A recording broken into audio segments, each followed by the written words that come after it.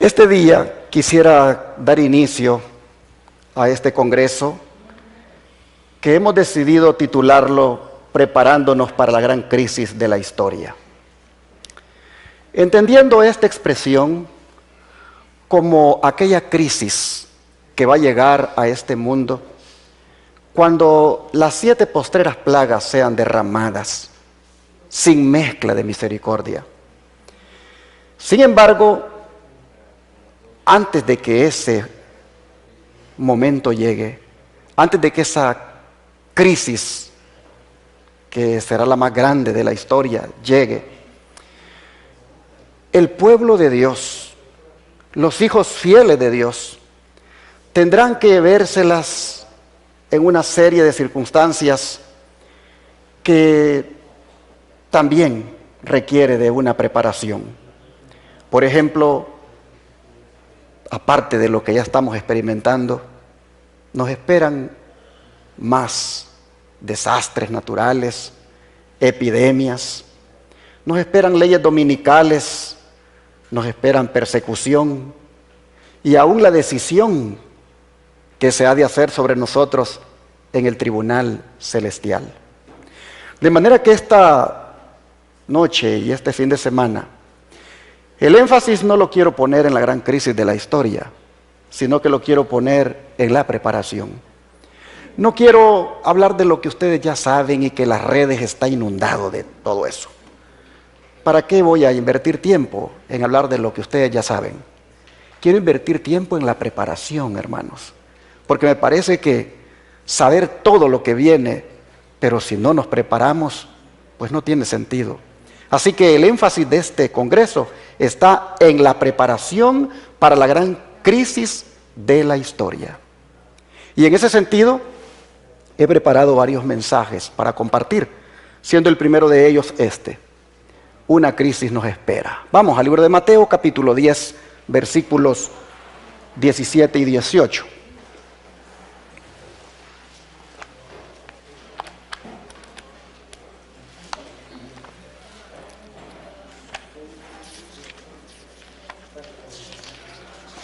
Mateo capítulo 10, versículos 17 y 18.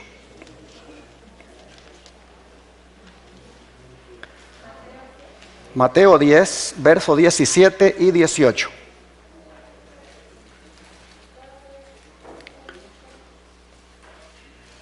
Dice el Señor Jesucristo: y guardaos de los hombres, porque os entregarán a los concilios, y en sus sinagogas os azotarán, y aun ante gobernadores y reyes seréis llevados por causa de mí, para testimonio a ellos y a los gentiles.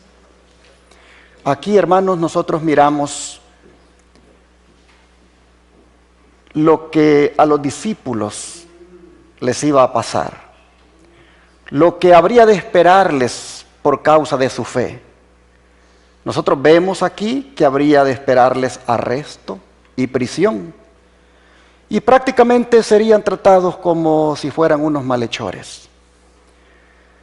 Y si bien es cierto, esto se cumplió en los primeros años del cristianismo, cuando hombres como Pilato, Félix, Festo y Galión juzgaron a misioneros cristianos, los juzgaron acusados de anarquistas o perturbadores.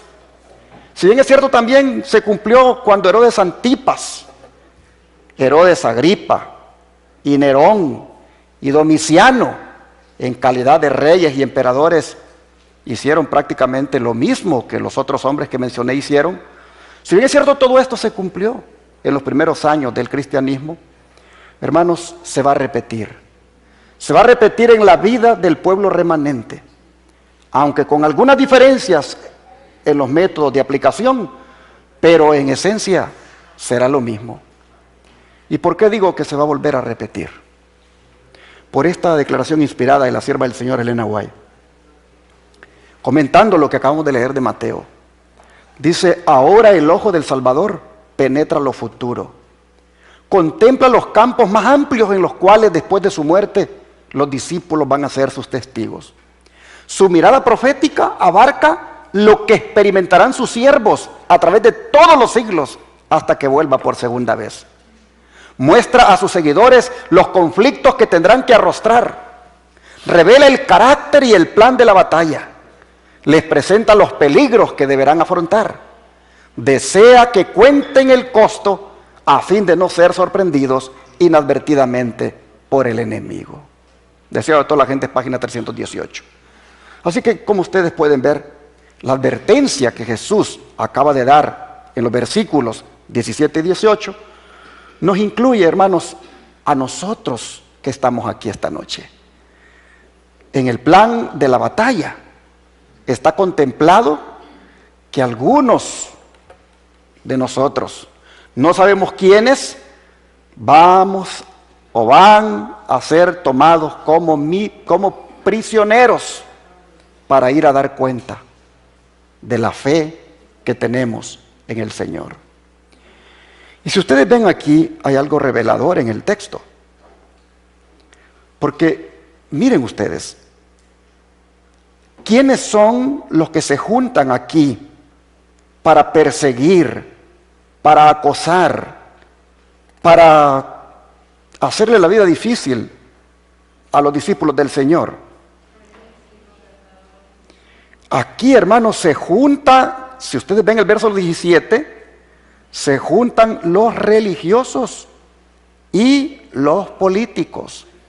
En otras palabras, nosotros miramos acá al gobierno civil involucrado en la persecución contra los discípulos del Señor. Los azotan en las sinagogas, ¿quiénes? Los religiosos. Los religiosos son, según el versículo 17, los que le hacen primero la vida difícil y luego los entregan a los gobernadores y reyes para que allí sean llevados por causa del Señor. Así que, hermanos y hermanas, siempre ha sido así. Cuando los religiosos buscan a los gobiernos para controlar las conciencias, lo que le espera al cristiano es persecución. Nosotros lo estamos viendo ya en esta pandemia, cómo los religiosos y los políticos se han juntado. Lo vemos también en el cambio climático, cómo los religiosos y los políticos se han juntado. ¿Qué buscan ellos? De que toda la gente entre en una agenda. Es cuestión de tiempo para que se pase a otras instancias, como lo predice Apocalipsis 13. Es decir, donde lleguen hasta controlar a las personas en asuntos de adoración, imponiendo lo que conocemos como la marca de la bestia y su respectivo decreto de muerte. Nunca habíamos estado tan cerca de que por asuntos de conciencia nosotros seamos, hermanos, perseguidos ya en cuanto a la adoración. Porque por asuntos de conciencia, hermanos, ya estamos siendo vistos raros cuando no entramos en la agenda que se está siguiendo. Y esto nos va diciendo a nosotros que si por razones sanitarias tu conciencia te la forzan, si por razones sanitarias tu conciencia te la presionan y te obligan a que hagas lo que no quieres, hermano y hermana, si por razones sanitarias hoy lo hacen, tú tienes una idea de lo que va a significar cuando sea por razones de adoración. Yo puedo ver aquí en Mateo 10 prácticamente toda una advertencia, hermanos, de lo que nos viene. Si ustedes notan el verso 16, Jesús dice: he aquí yo os envío como a ovejas en medio de lobos. Sed pues prudentes como serpientes y sencillos como palomas.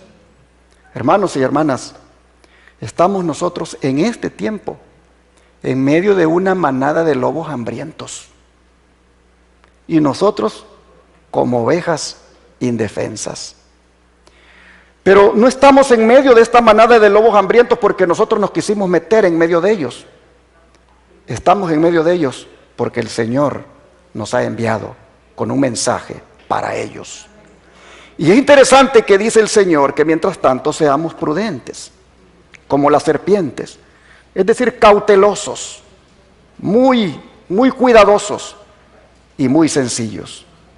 Pero también, hermanos, habla aquí en el verso 17 de guardarnos de los hombres, es decir, de no dormirnos, de estar pendientes, de tener cuidado con todo lo que hacen, con todo lo que traman, con todo lo que planifican, porque es cuestión de tiempo para que pasemos a otras instancias. Bueno, nosotros miramos, hermanos, en el verso 19, que cuando nos entreguen, no nos preocupemos por cómo o qué hablaremos, porque en esa hora se nos va a ser dado lo que hemos de hablar.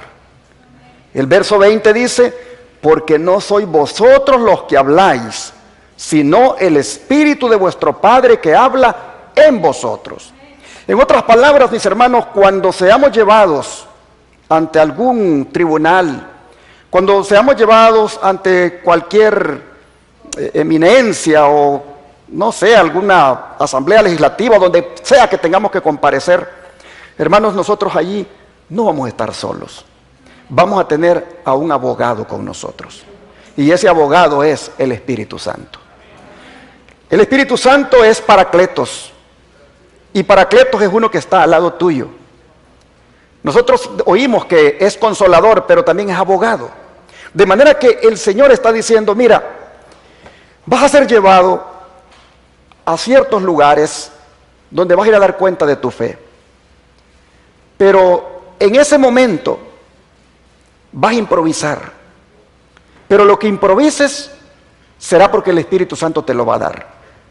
El abogado que va a estar contigo te va a decir lo que vas a hablar. Él te va a dar las palabras. Y esto, hermanos, nos debe dar a nosotros tranquilidad, porque no estaremos solos. El Espíritu Santo estará con nosotros. Ahora, es interesante que dice el verso 22, que seremos, 21, que el hermano entregará a la muerte al hermano, y el padre al hijo, y los hijos se levantarán contra los padres y los harán morir. Miren hasta dónde va a llegar la crisis que nos espera, al punto donde hasta familiares se van a volver contra nosotros. Y algunos ya lo están experimentando. Uno escucha testimonios de esposas que se lamentan de que sus esposos no les apoyan cuando quieren hacer la obra de Dios. A veces son los esposos los que se lamentan de que sus esposas no los apoyan y más bien los abandonan. Nosotros vemos, hermanos, que la oposición se empieza a sentir en los hogares. Pero cuando llegue la situación difícil, hermanos, más difícil de lo que pensamos, pues va a ser triste ver cómo en las mismas familias habrá divisiones. Una hermana decía, oren por mí, porque yo no me quiero poner el medicamento que están obligando a que se ponga. Tengo razones de conciencia por las cuales no me lo pongo, pero tengo en mi casa un gran pleito con mi hija, porque mi hija me dice de que soy una ignorante, que si es en la iglesia donde voy, donde me están metiendo ideas en contra de eso. Y yo le digo a ella, dice que que son asuntos de conciencia, de acuerdo a los conocimientos que yo tengo, he decidido eso. Y decía, oren porque mi hija me está maltratando. Entonces uno puede mirar, hermanos, cómo por razones sanitarias hay divisiones ya en los hogares. No digamos cuando sea por asuntos de adoración. Llegará hasta este extremo, donde los hijos se levantarán contra los padres y los harán morir.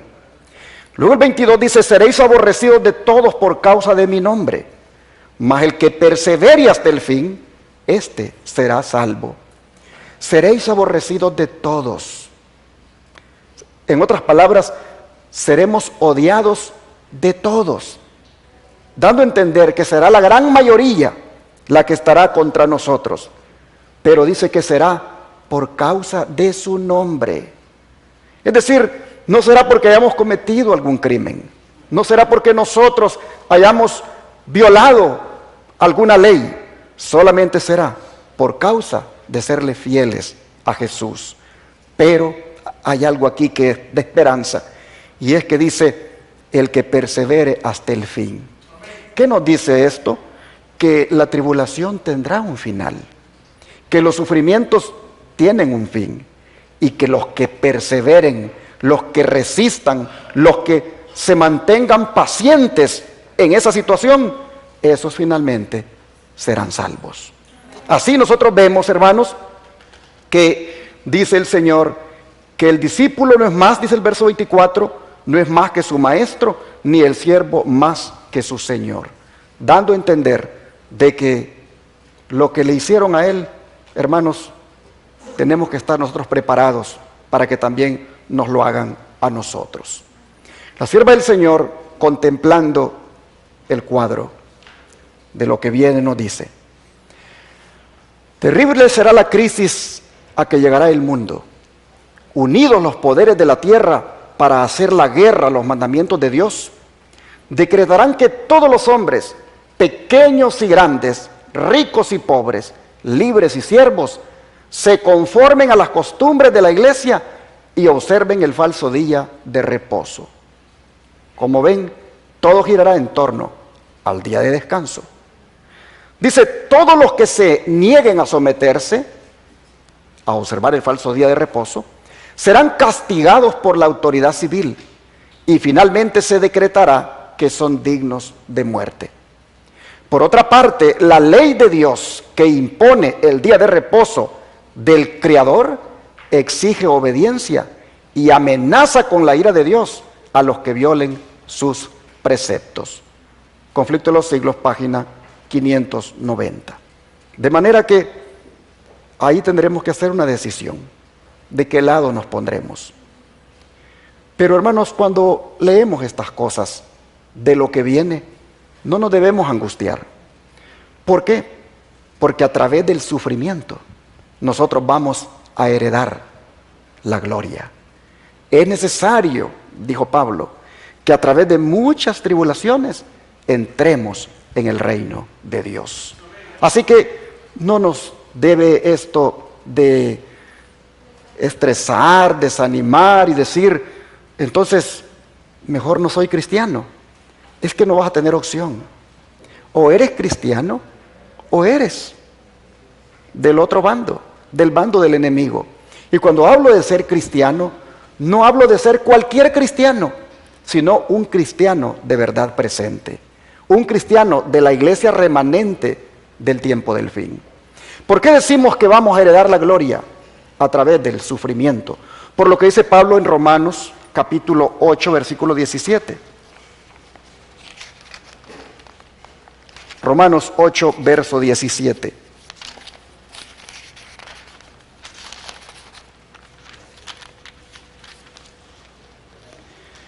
Dice,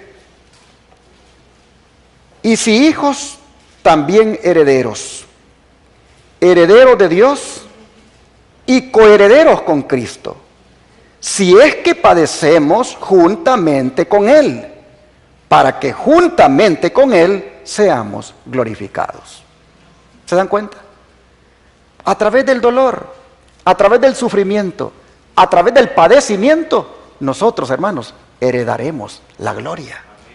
Así que no será distinto a Jesús. Jesús, si ustedes se recuerdan, Él llegó a la paz a través del dolor. Él llegó a la gloria a través del sufrimiento. Y lo mismo sucederá con aquellos que le amamos. Sufrir con Él significa sufrir por causa de Él y de su evangelio. Por eso el apóstol Pedro nos anima con las palabras que se encuentran en la primera carta, en el capítulo 4, versículo 13. Primera carta de Pedro, capítulo 4, versículo 13.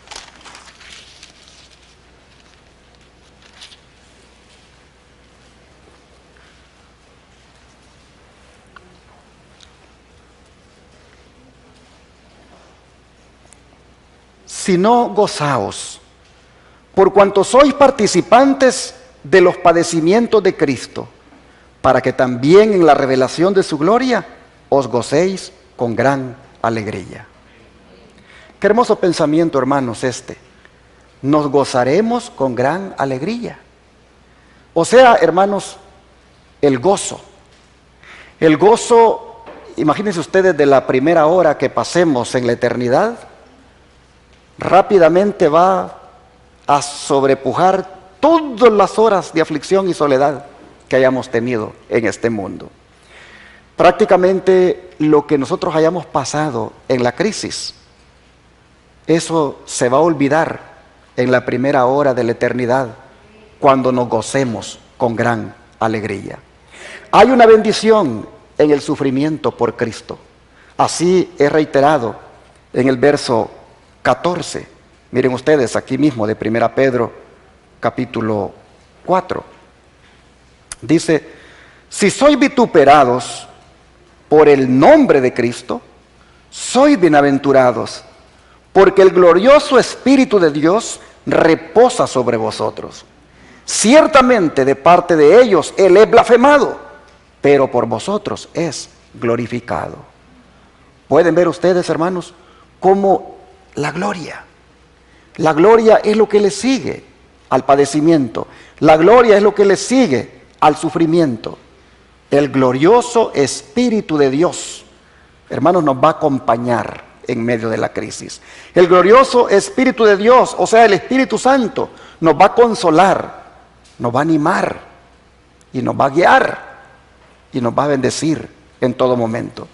De manera que les quiero animar a que encaremos la crisis que venga animados por estas palabras que hemos leído y que siguen en el verso 15 y 16. Miren ustedes: así que ninguno de vosotros padezca como homicida o ladrón o malhechor o por entrometerse en lo ajeno. Pero si alguno padece como cristiano, no se avergüence, sino glorifique a Dios por ello. Y saben, hermanos, que estas palabras han animado a los cristianos a lo largo de la historia a perseverar en la crisis. Estas palabras han sostenido a muchos en los momentos difíciles. La mensajera del Señor dice: vanos eran los esfuerzos de Satanás para destruir la iglesia de Cristo por medio de la violencia. La gran lucha en que los discípulos de Jesús entregaban la vida no cesaba cuando estos fieles portaestandartes caían en su puesto. Triunfaban por su derrota. Los siervos de Dios eran sacrificados, pero su obra seguía siempre adelante. El evangelio cundía más y más, y el número de sus adherentes iba en aumento. Alcanzó hasta las regiones inaccesibles para las águilas de Roma. Dijo un cristiano, reconviniendo a los jefes paganos que atizaban la persecución: atormentadnos, condenadnos, desmenuzadnos, que vuestra maldad es la prueba de nuestra inocencia. De nada os vale vuestra crueldad. No era más que una instigación más poderosa para atraer a otros a su fe. Más somos cuanto derramáis más sangre, que la sangre de los cristianos es semilla. Así el conflicto de los siglos, en la página 39, nos dice cómo los cristianos se animaron por las palabras anteriores que hemos leído en la carta del apóstol Pedro. De manera, mis hermanos, que estamos en esta preparación para la crisis que nos espera, mirando cómo la encararon nuestros antepasados, mirando cómo ellos la experimentaron, cómo ellos la enfrentaron, para que nosotros la enfrentemos de la misma manera. Porque ustedes no me dejarán mentir que en la crisis que estamos pasando, prácticamente, hermanos, es como que los demonios se hubieran soltado. Aunque están refrenados, pero como que el Señor ha permitido, les ha soltado la rienda.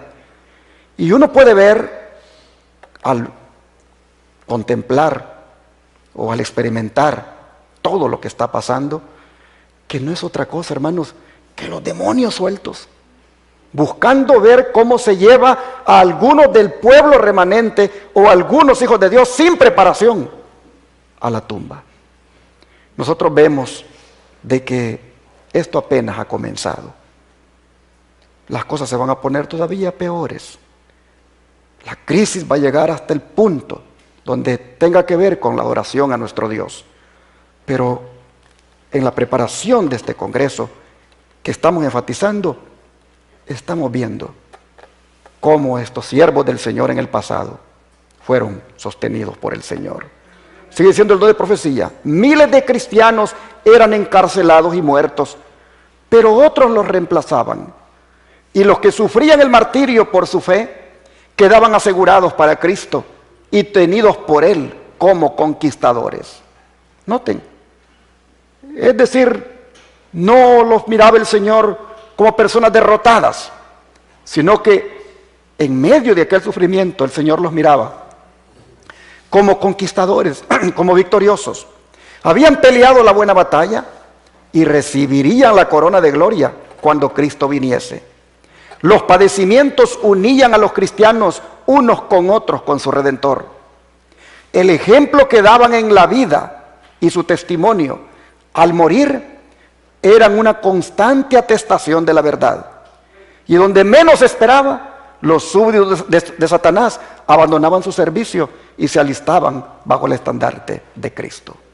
En otras palabras, al mirar cómo eran de fieles estos cristianos, cómo perseveraban en la fe, algunos de sus verdugos terminaban pasándose a las filas del Maestro. Por eso es que el apóstol Pablo, hermanos, se une a Pedro en palabras de ánimo para nosotros, como las que están aquí en Romanos 8:18. Romanos 8:18.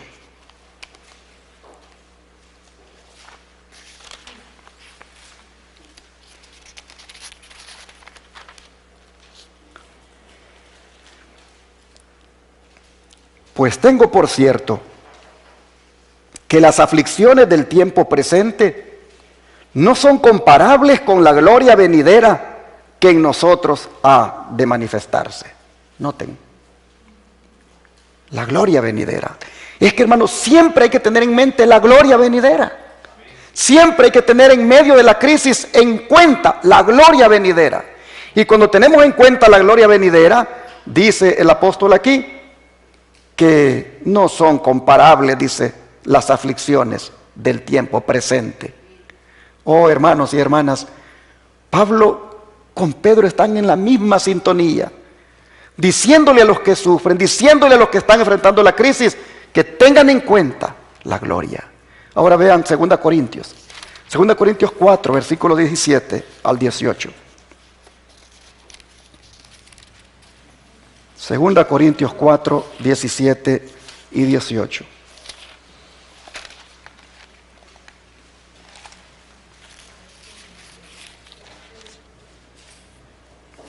Dice la palabra: de modo,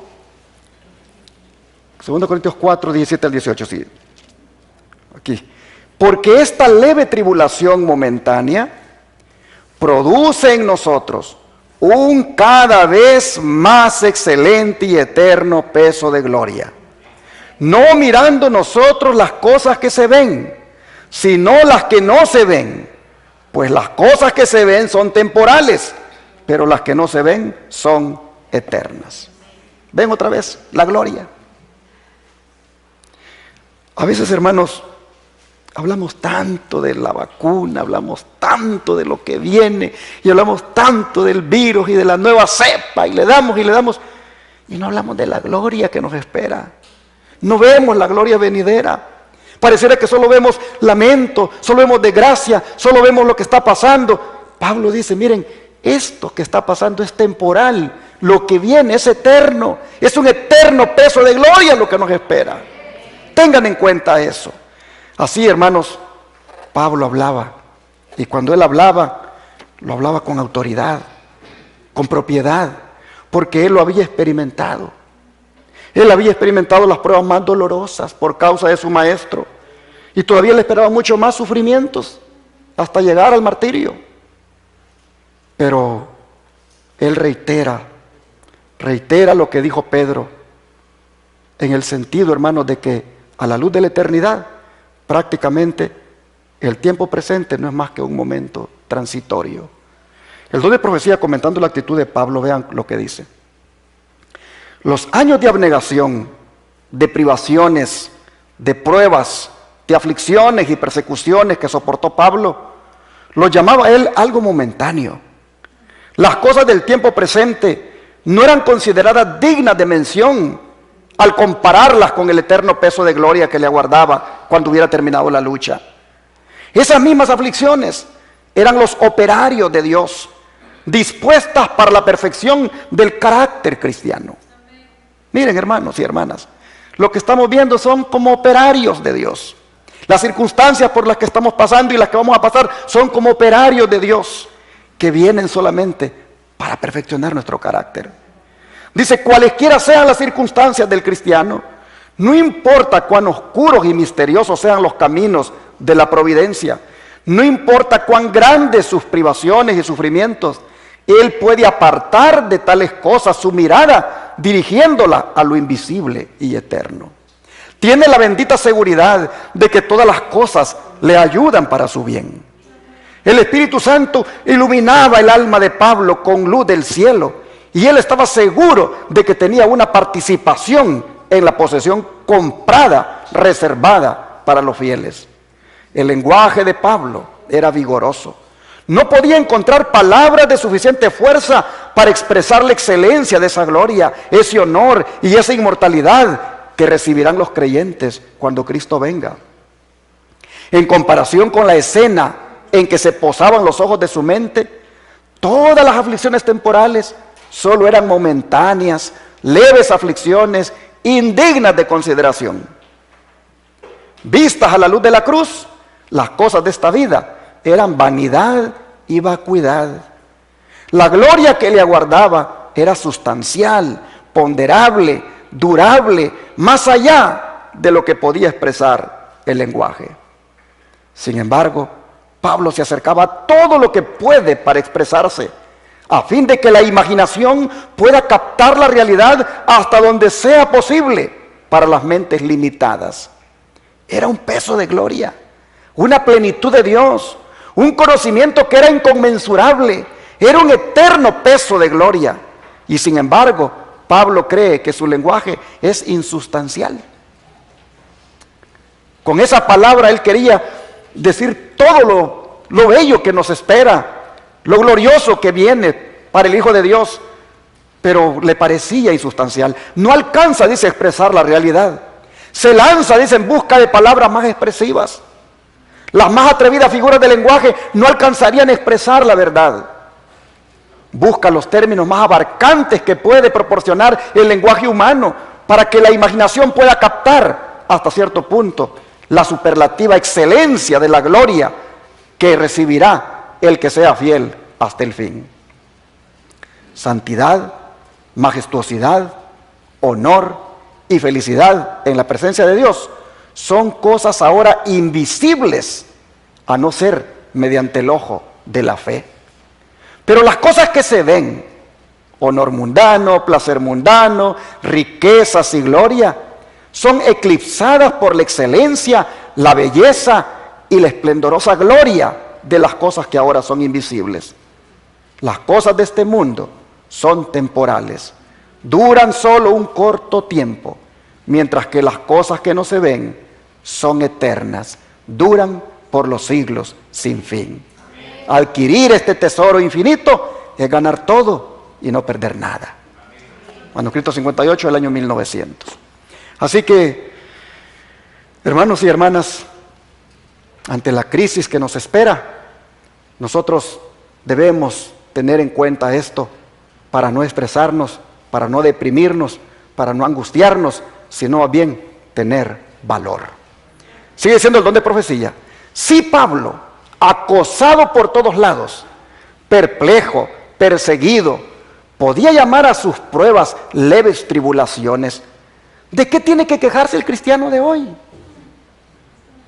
Y a veces nosotros, hermanos, ahí andamos solo queja y queja.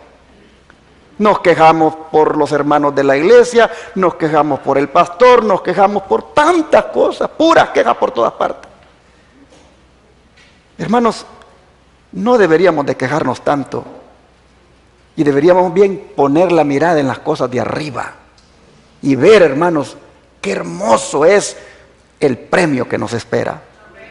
Dice, ¿cómo? ¿Por qué tiene que quejarse el cristiano de hoy? Si Pablo, acosado por todos lados, perplejo, perseguido, podía llamar a sus pruebas leves tribulaciones, ¿por qué los cristianos se tienen que quejar hoy? Nosotros, hermanos, no soportamos ni siquiera que hablen mal de nosotros.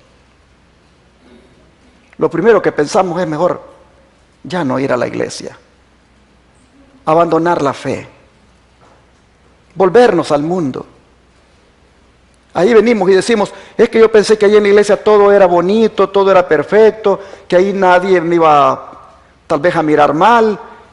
Y hermanos, a la primera mala mirada, al primer mal comentario, alguna cosa que se dijo no apropiada, hacemos las maletas y nos vamos de regreso al mundo. No aguantamos nada, no aguantamos una crítica. Y Pablo dice, miren todo lo que yo he aguantado, miren todo lo que yo he sufrido. Y para mí eso es algo leve cuando lo comparo con el eterno peso de gloria. Dice, cuán baladíes son nuestras pruebas en comparación con las muchas aflicciones de Pablo. No son dignas de ser comparadas con el eterno peso de gloria que espera al vencedor. Las pruebas son los operarios de Dios, permitidas para la perfección del carácter. No importa cuán grandes sean las privaciones y los sufrimientos del cristiano, no importa cuán oscura e inescrutable pueda parecer la senda de la providencia, él debe regocijarse en el Señor, sabiendo que todo ayuda para su bien. Review Herald 6.5, 1902. Pero hay algo, hermanos, hay algo más que quiero llamar su atención ante la crisis que nos espera. Y es que debemos prepararnos para enfrentarla estudiando la palabra de Dios. Porque Jesús dijo que el periodo de tribulación que nos viene será un tiempo de oportunidad para testificar ante los gobernantes. Volvamos a Mateo 10:18. Mateo 10:18.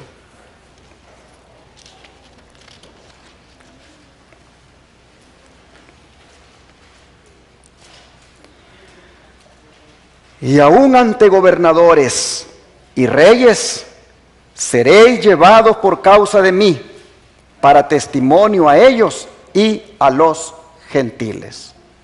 Así que, hermanos, a pesar de los azotes, a pesar de los castigos que podamos recibir, nosotros vamos a testificar por Cristo.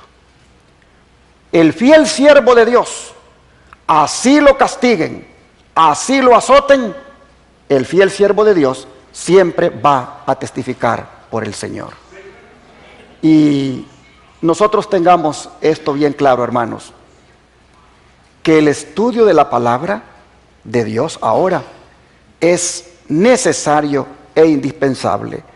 Porque si vamos a dar testimonio de nuestra fe ante gobernadores y reyes, hermanos y hermanas, ¿no creen ustedes que necesariamente tenemos que estudiar más la Biblia? Tenemos que estudiar las Escrituras, porque vamos a dar testimonio de lo que creemos. Y para poder dar testimonio de lo que creemos, debemos invertir tiempo en el estudio. La oportunidad de testificar no la vamos a desaprovechar. Y para esto el don profético nos dice lo siguiente. No está lejos el tiempo, dice, cuando se va a llevar al pueblo de Dios a dar su testimonio ante los gobernadores del mundo.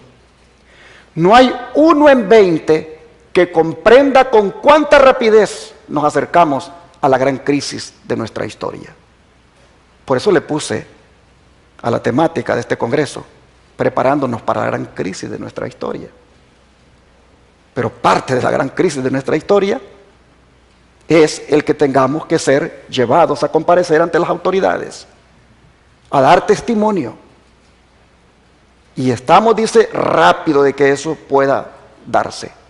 No hay uno en 20 que comprenda con cuánta rapidez nos estamos acercando a la gran crisis de nuestra historia. No hay tiempo para la vanidad, para la frivolidad, para ocupar la mente en cosas sin importancia.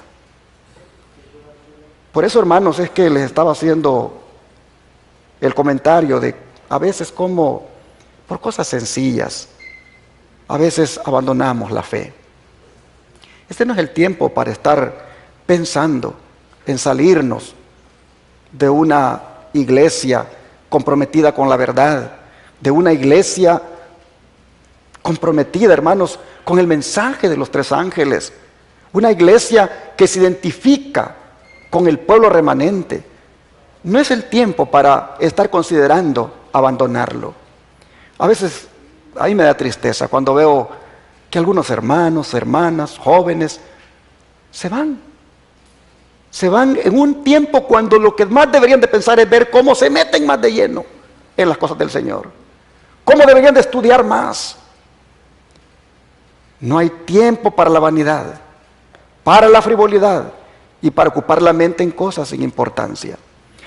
El tiempo que pasamos, hermanos, a veces en algunos pasatiempos sin tanta importancia, imagínense ustedes cuánto sería de bendición si lo pasamos estudiando la palabra. Siempre me gusta poner el ejemplo del famoso Netflix, porque una película en Netflix, ¿cuánto tiempo le llevará a una persona a mirarla toda? A veces me ponen a mí a verla una y a los 15 minutos estoy dormido. Y yo digo, ¿cómo aguantan a ver tanto? Un día estábamos con unos muchachos y ellos se pusieron a ver una película. Y mírela, pastor, a los 15 minutos estaba dormido. Me desperté y ellos estaban pero bien abiertos los ojos mirándola. Me volví a dormir. Y cuando vino a terminar, ahí me desperté y yo no vi nada. Pero ellos estaban, hermanos, listos para ver la otra que seguía. Y yo digo, wow, digo yo, ¿y en la iglesia no aguantan una hora un sermoncito? En la iglesia no aguantan una hora estar sentados escuchando a Dios hablar. ¿Cómo es posible?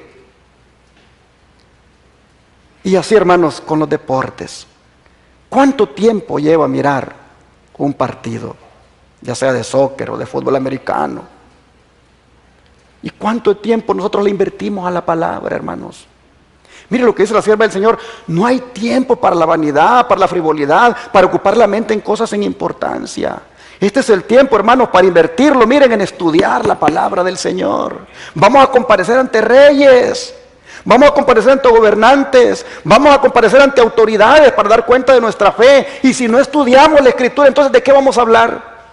Que el Espíritu Santo me va a dar las palabras. Sí, te va a dar las palabras, pero que tú ya hayas estudiado, te las va a recordar en ese momento. Sigue diciendo, los reyes, dice, los gobernantes y los grandes hombres van a oír de vosotros a través de los informes de aquellos que estén enemistados con vosotros. Y vuestra fe y carácter serán desfigurados delante de ellos. En otras palabras, nos van a llevar prácticamente denigrados. Pero los que sean, dice, acusados falsamente, tendrán la oportunidad de comparecer delante de sus acusadores para responder por sí mismos. Tendrán el privilegio de llevar la luz delante de los que son llamados grandes de la tierra. Y si habéis estudiado la Biblia, oiga esto, y si estáis listos para dar respuesta a cada persona que pregunte acerca de la esperanza que hay en vosotros, con humildad y temor, vuestros enemigos no serán capaces de contradecir vuestra sabiduría. Note, si habéis estudiado la Biblia y si estáis dispuestos, hermanos, necesitamos estudiar la Biblia. Si vamos a prepararnos para la crisis que nos espera, lo vamos a hacer estudiando la palabra de Dios, pensando en la gloria venidera, comparando lo que estamos pasando con lo que viene como algo que esto es leve, pero también, hermanos, estudiando las Escrituras. Dice, ahora tenéis la oportunidad de alcanzar el mayor poder intelectual a través del estudio de la palabra de Dios. Pero si sois indolentes y dejáis de cavar profundamente en las minas de la verdad, no estaréis preparados para la crisis que pronto os sobrevendrá. Noten, esto es una mina, pero hay que cavar, hay que escarbar, hay que meter el asadón, hay que dedicar tiempo para hallar aquí el oro. Aquí, hermanos, está lo que nosotros necesitamos para estar preparados para la crisis. Dice, ojalá que comprendierais que cada momento es de oro. Si vivís de cada palabra que procede de la boca de Dios, no seréis encontrados desprevenidos. No sabéis a dónde seréis llamados a dar vuestro testimonio en favor de la verdad. Muchos deberán comparecer ante asambleas legislativas. Pastor Pérez, ¿usted ya pensó a dónde podrá ser llevado?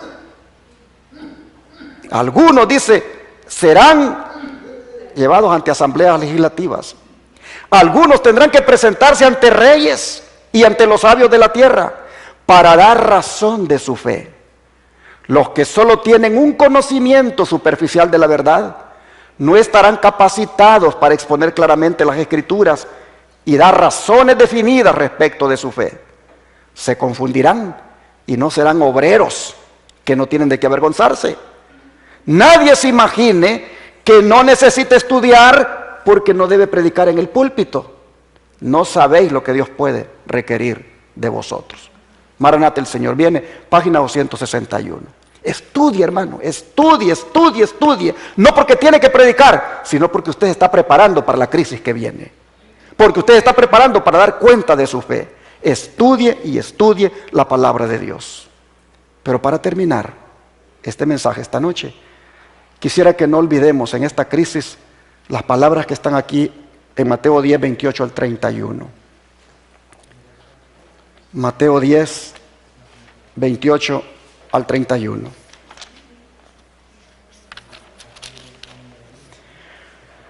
Dice el Señor,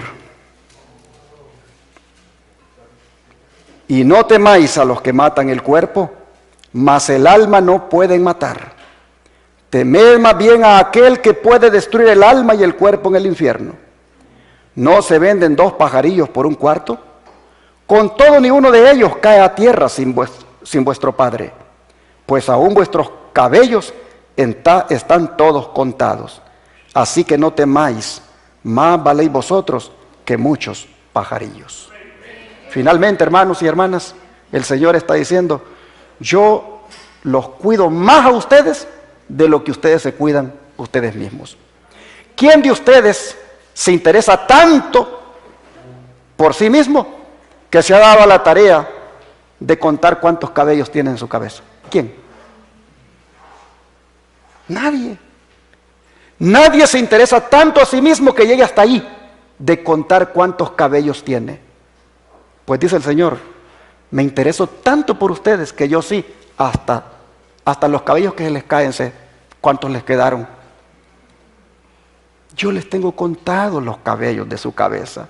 Yo me intereso por ustedes mucho más de lo que ustedes se interesan por ustedes mismos. En otras palabras, dice el Señor, no tengan miedo porque yo los voy a cuidar. Miren los pajarillos, esos más chiquititos, los gorriones. Tienen que juntarse 2 para poder venderlos por 1 cuarto. Y aún así, yo estoy pendiente de ellos. ¿Cuánto más valen ustedes que los pajarillos?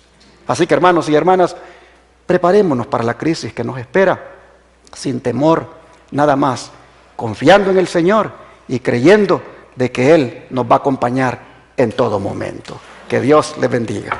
Vamos a rodearnos, hermanos.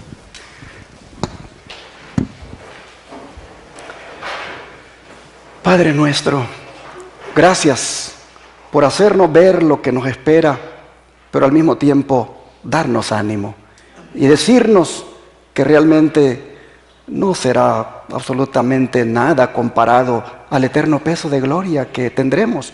Padre, gracias por estimularnos de esa manera y al saber entonces que hay que estar preparados para esta crisis, entonces te pedimos que esa preparación, Padre, nosotros la encaremos con seriedad, estudiando más tu palabra, profundizando más en lo que es el mensaje que conocemos.